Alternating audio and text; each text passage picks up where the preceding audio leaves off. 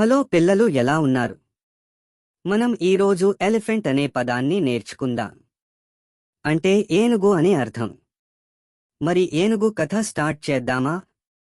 కరప అనే ఒక చిన్న గ్రామం పక్కన ఉన్న అడవిలో ఆది అనే ఒక తెలివైన ఏనుగు నివసించేది. అడవిలో ఉన్న ప్రతి జంతువు ఆదిని గౌరవంగా చూసేవి. ఒక సంవత్సరం వర్షాలు రాక అడవి ఎండిపోయింది. జంతువులందరూ భయపడిపోయారు. కాని ఆది తన జ్ఞాపక శక్తితో పాతకాలంలో రాళ్ల కొండల మధ్య ఉండే ఓ నీటి ప్రవాహాన్ని గుర్తుపట్టాడు. జంతువులందరినీ అక్కడికి నడిపించాడు. అందరి ప్రాణాలు కాపాడబడ్డాయి. ఒకరోజు చిన్న పులి పిల్లాడు చెట్ల మధ్య ఇరుక్కుపోయాడు. ఆది వచ్చి తన తొండం మరియు దంతాలతో చెట్లు తీసి పిల్లాడిని బయటకు తీశాడు. అడవిలో జంతువులు గొడవపడినప్పుడు ఆది అతని గంభీరమైన స్వరంతో అందరినీ శాంతింపచేసేవాడు. ఒకరోజు రాక్షసులు అడవిని నరుకుదామని వచ్చారు.